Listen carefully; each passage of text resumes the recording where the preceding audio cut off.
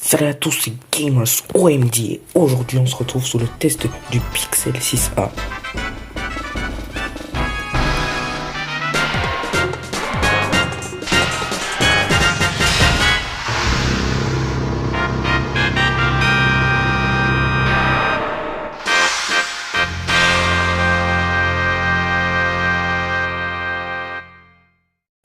Bon, il s'agit d'un téléphone ultra joli qui est vraiment, moi je le trouve joli en tout cas. Il a un écran de 6,1 pouces, 60 Hz, c'est dommage par contre. Il possède une dalle OLED avec un capteur d'empreinte intégré à l'écran, comme vous aurez pu le voir. Au esthétique, moi je valide en tout cas.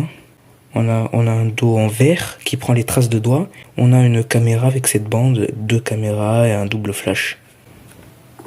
Ce téléphone-là, il fonctionne sous Android 13, comme vous pouvez le voir.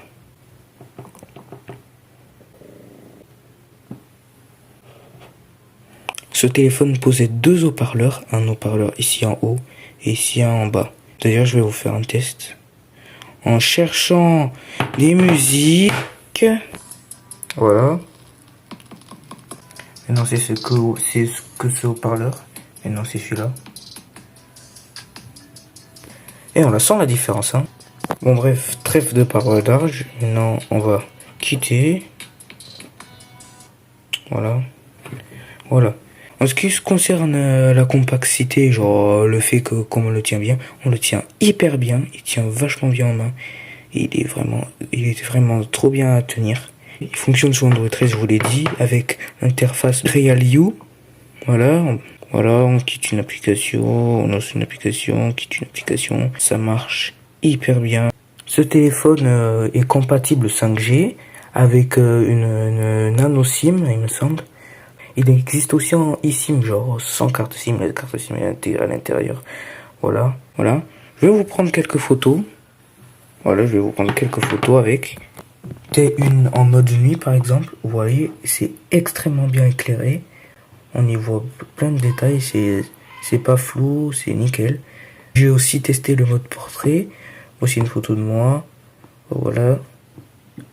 Vous voyez ici que l'intelligence artificielle de Google a bien géré une fonction que j'ai tellement bien aimée sur les pixels en général. Allez, il tourne pas. Voilà, c'est photosphère. Voilà, et ouais, j'ai pris un truc de ma chambre. Et voilà, c'est en 3D. Bon, il y a quelques imperfections, de grosses imperfections. Bon, après, tu me diras aussi, c'est quand même une fonction qui permet de prendre des trucs en 3D. C'est normal, hein. Voilà. Je vous ai pas dit aussi les capteurs aussi. Je vais vous le dire.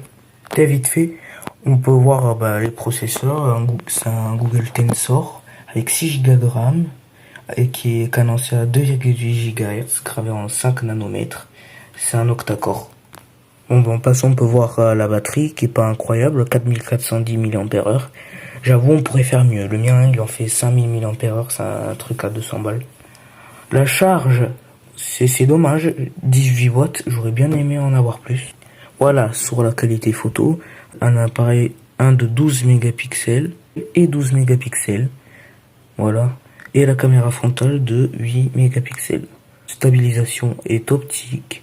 Il n'y a pas de flash à l'avant, il y a un flash double à l'arrière. Une qualité d'enregistrement vidéo à 4K 60 fps. Même si je sais que la qualité là, elle est pas ouf, parce que je filme avec mon téléphone de base qui a quand même une putain d'année.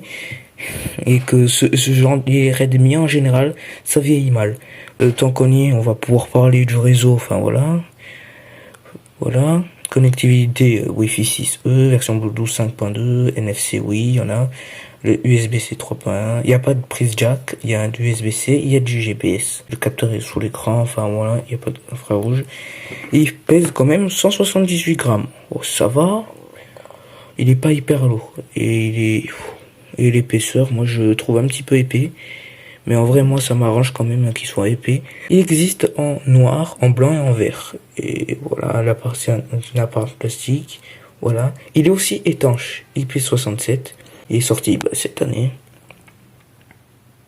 J'espère que cette vidéo sur le test du Pixel 6a vous aura plu. Certes, je sais qu'il y a le 7, mais j'avais que ça sur la main et je savais pas quoi foutre de ma vie. Si c'est le cas, n'hésitez pas à liker, vous abonner. Et je vous dis à bientôt pour une prochaine vidéo. Salut!